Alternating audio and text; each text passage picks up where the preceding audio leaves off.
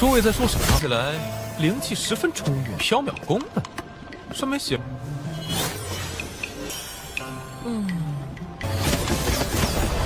我啊，你找死！是会变丑的。为了掩饰，就吸收这些规则，并争取。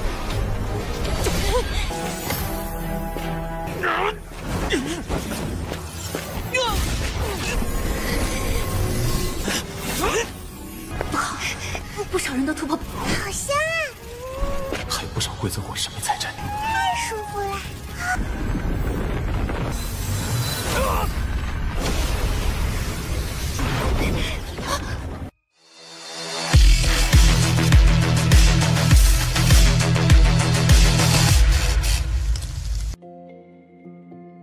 Halo semuanya, selamat datang di Ruang Sinema. Bagaimana kabar kalian semua? Semoga selalu sehat dan baik-baik saja.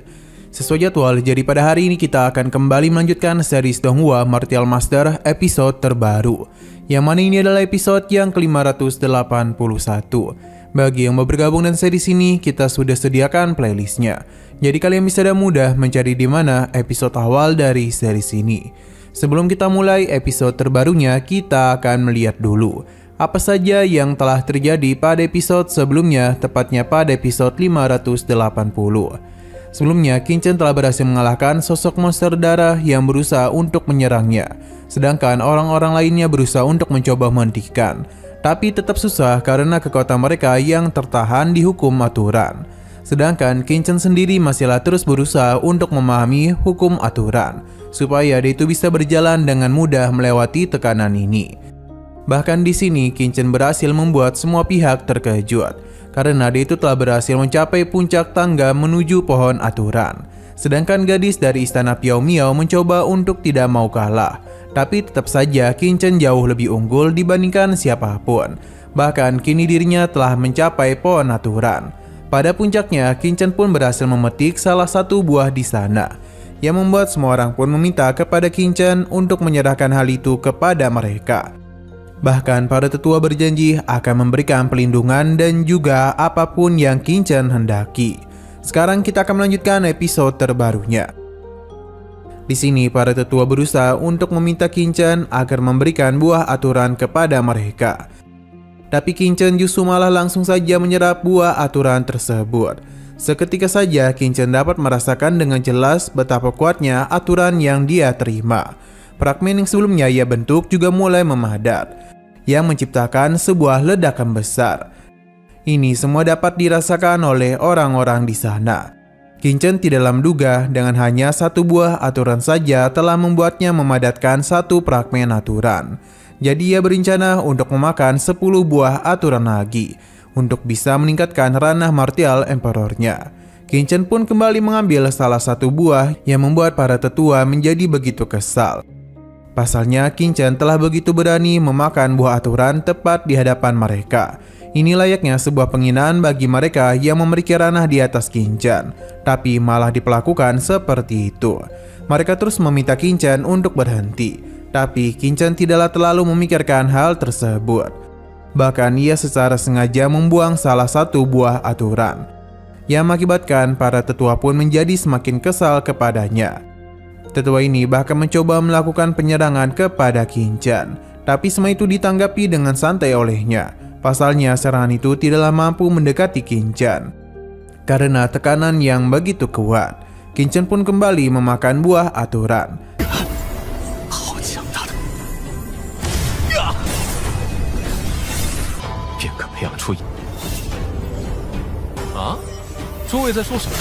Selain tetua lainnya, orang-orang dari istana Piao Miao juga meminta Qingchen untuk menyerahkan buah itu kepada mereka. Tapi Qingchen sama sekali tidak mengenalnya, jadi untuk apa juga ia memberikan buah itu. Tetua ini masihlah belum menyerah dan mulai menjelaskan kalau dirinya adalah tetua agung dari istana Piao Miao. Jadi atas perintahnya, Qingchen harus menyerahkan buah aturan. Karena jika tidak, dia itu akan menerima hukuman yang besar. Tidak akan ada seseorang pun yang bisa menyelamatkannya. Qingchen tetap tidaklah peduli dan kembali memakan buah aturan. Baginya buah ini sangatlah nikmat, yang bisa membuatnya merasa begitu segar. Telapak tangannya bahkan dipenuhi oleh kekuatan. Tetua ini semakin kesal dan meminta putri sucinya untuk memetik buah aturan. Perlahan namun pasti dia pun terus maju, dan ketika hendak memetik buah aturan, Qin Chen justru mengambilnya. Yang membuat gadis ini kesal, terlebih lagi Qin Chen menganggap buah ini sangat layak untuk dia makan. Tetua istana Piao Miao kembali marah karena bagaimanapun buah aturan itu adalah milik mereka.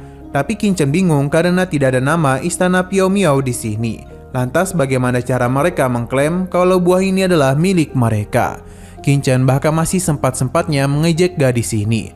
Sampai akhirnya ia pun kembali memakan buah tersebut, yang tentu membuat orang-orang menjadi semakin kesal.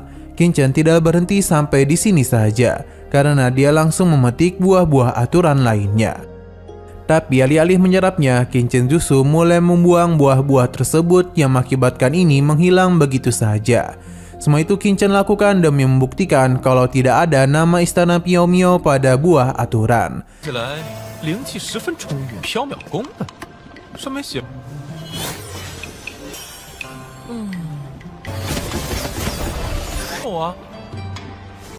Sepertinya istana Piao Miao telah begitu berani menggunakan kekuasaan mereka hanya untuk menipu dirinya, yang adalah seorang anak desa.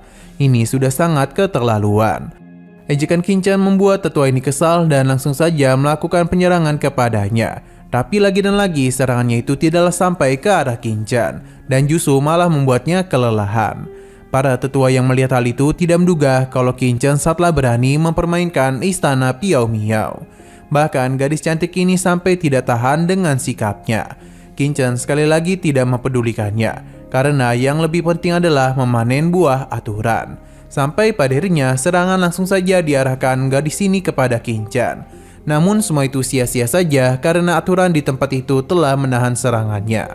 Tapi ini tidaklah diduga oleh Qin Chen karena serangan barusan hampir mengenainya. Qin Chen pun meminta putri ini untuk tidak marah-marah karena dia akan terlihat lebih jelek jika bertambah jelek jika bersikap seperti itu. Perkataannya pun membuat gadis ini semakin marah dan kembali menyerang Qin Chen. Tapi semua itu tidak bisa mengenai Qin Chen dan dia pun kesal diperlakukan seperti itu. Putri cantik ini pun melihat sebuah buah aturan dan langsung mencoba untuk mengambilnya. Tapi hal ini tidaklah diizinkan oleh hukum aturan. Bisa dikatakan kalau untuk saat ini hanya Qin Chen lah yang bisa bergerak dengan bebas, sedangkan yang lainnya masih harus mengatasi tekanan aturan.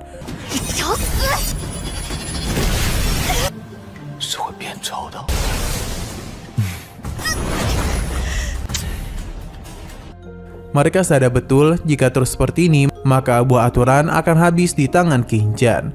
Jadi mereka tidaklah boleh berdiam diri saja dan harus memberikan perlawanan kepada hukum larangan. Sayang sekali pria ini terlalu percaya diri karena bagaimanapun tekanan pada puncak pohon aturan merupakan hal yang tidak mudah untuk ditahan. Tubuh pria ini pun mulai retak karena tekanan kekuatan tersebut. Tapi ia masihlah belum menyerah dan mencoba untuk memberikan perlawanan. Ia bahkan memakan pil juga untuk bisa memulihkan dirinya. Tapi semua ini tidak dapat membantunya karena bagaimanapun tekanan yang diberikan jauh melampaui dari apa yang dibayangkan. Pada akhirnya pria ini pun harus mati karena tubuhnya yang telah hancur berkeping-keping. Padahal pria tadi hampir saja mencapai ranah Martial Emperor tahap menengah. Tapi ia tetap saja gagal melewati tekanan dari kekuatan aturan.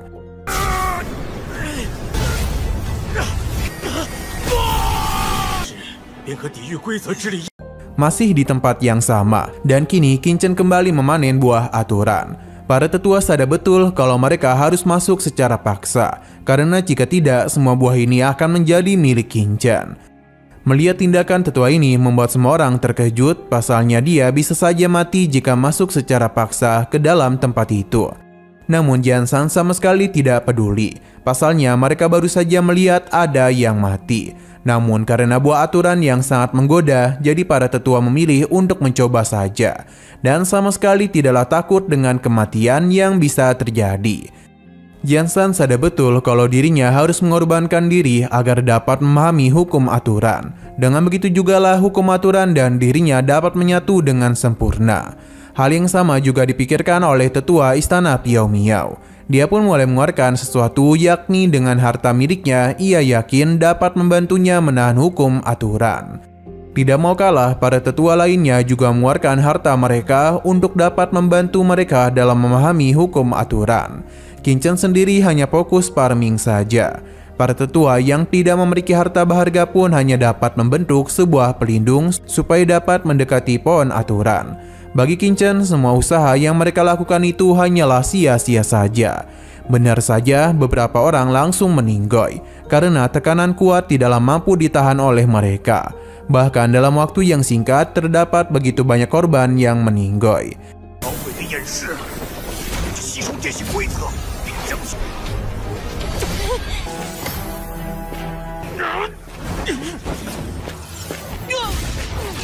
Sedangkan tetua dari Kekaisaran Xuan Yuan ini berhasil melakukan penerobosan yang membuat ia mampu naik ke tingkat menengah Martial Emperor. Ini tentu saja mengejutkan semua orang, namun bukan berarti dia dapat bergerak dengan bebas dulu. Tetua ini berencana untuk melakukan penyerangan kepada Qin Chen. Karena jika berhasil menghabisinya, maka semua buah yang telah Qin Chen kumpulkan akan menjadi miliknya. Perlahan-lahan namun pasti dia pun mulai mendekat. Tetua situ menyadari hal itu dan meminta Qin Chen untuk berhati-hati. Tapi tetua ini hanya dapat melangkah secara perlahan-lahan saja. Bagi Qin Chen, hal yang merepotkan akan segera terjadi. Terlebih lagi, tetua istana Piao Miao juga telah melakukan penerobosan yang membuat dia dapat melangkah ke hadapan Qin Chen. Hal yang sama juga dialami oleh beberapa orang lainnya. Karena dengan semangat yang mereka miliki, orang-orang ini tidaklah ingin menyerah. Sedangkan para pria berjubah hitam hanya menonton saja. Qiansu agak khawatir dengan kondisi Qin Chen. Pasalnya sudah ada banyak orang yang naik ke tingkat menengah Martial Emperor. Qin Chen tidak membuang banyak waktu karena yang lebih penting adalah memanen buah aturan. Sampai akhirnya dua serangganya pun tertarik dengan buah-buah itu. Selain itu, aroma larva ini membuat mereka tergoda. Berhubung mereka itu suka, jadi Qin Chen memiliki sebuah ide. 不少人都突破，好香啊！还有不少贵族会神秘财产。 太舒服了。 Namun dia harus fokus kepada tetua ini dulu yang meminta Qin Chen untuk menyerahkan cincin penyimpanan miliknya. Karena jika tidak, dia bisa menjamin Qin Chen akan mendapatkan penderitaan yang sangat mengerikan. Hanya saja Qin Chen tidaklah takut. Selain itu, tetua situ juga menyarankan Jian Shan untuk tidak berbuat macam-macam kepada Qin Chen. Sedangkan tetua Papillon Dan masihlah memberikan penawaran kepada Qin Chen. Ia bahkan berjanji akan memberikan beberapa keuntungan untuknya. Tapi Qin Chen sama sekali tidak sudi mendengarkannya. Jian Shan kembali memberikan penawaran di mana selama Qin Chen mau menyerahkan cincin itu kepadanya, maka dia bisa menjamin keamanan Qin Chen atas nama Kekaisaran Xuan Yuan-nya. Qin Chen hanyalah fokus dalam memanen buah aturan saja. Ia berterima kasih atas kebaikan yang Jian Shan berikan kepadanya. Namun ia merasa dia hanya akan mengecewakan janjinya saja. Jadi lebih baik dia itu tidak berharap terlalu banyak. Mendengar keputusannya membuat Jian Shan marah. Dia pun berjanji akan memberikan serangan yang bisa membuat Qin Chen mati dalam satu kali serangan ini. Sebuah serangan telah dia lakukan, yang mana dalam jarak sedekat itu maka Qin Chen akan dalam bahaya. Selain itu, dia juga harus berhadapan dengan sebuah serangan lainnya dari tetua istana Piao Miao. Di mana kini dirinya pun harus berhadapan dengan dua serangan langsung dari dua orang di tingkat menengah Martial Emperor. Tetua situ memintanya untuk segera menghindar, namun Qin Chen hanya menghadapi semua serangan ini dengan sangat tenang. Pasalnya, serangan mereka itu tidak berarti apapun di hadapannya. Benar saja, dalam satu kali serangan balik, Qin Chen dapat menghancurkan semua serangan, yang mengakibatkan orang-orang pun harus mati karena efek ledakan yang tercipta. Tindakannya itu membuat semua orang terkejut.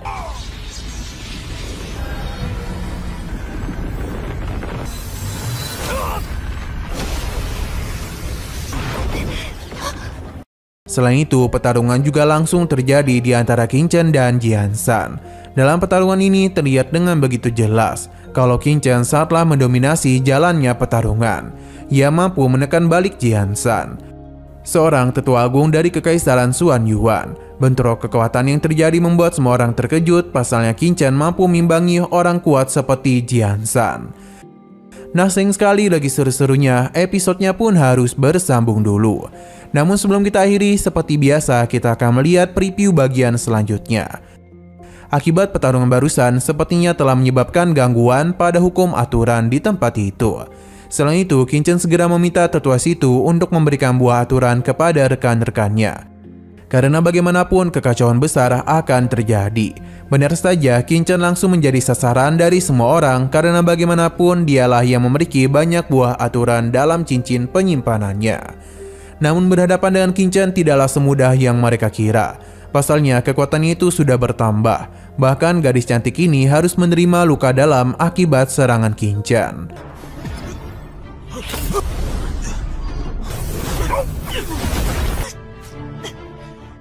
Oke, sekian dulu pada video kali ini. Untuk video selanjutnya akan segera hadir. Jadi bagi kalian yang ingin mengikuti series ini, langsung saja klik subscribe dan aktifkan loncengnya. Terima kasih yang sudah menonton video sampai habis. Jika kalian suka pada video ini, klik like dan share ke teman-teman kalian tentang channel ini. Dan ditunggu aja kelanjutannya. Oke, sampai jumpa di video selanjutnya.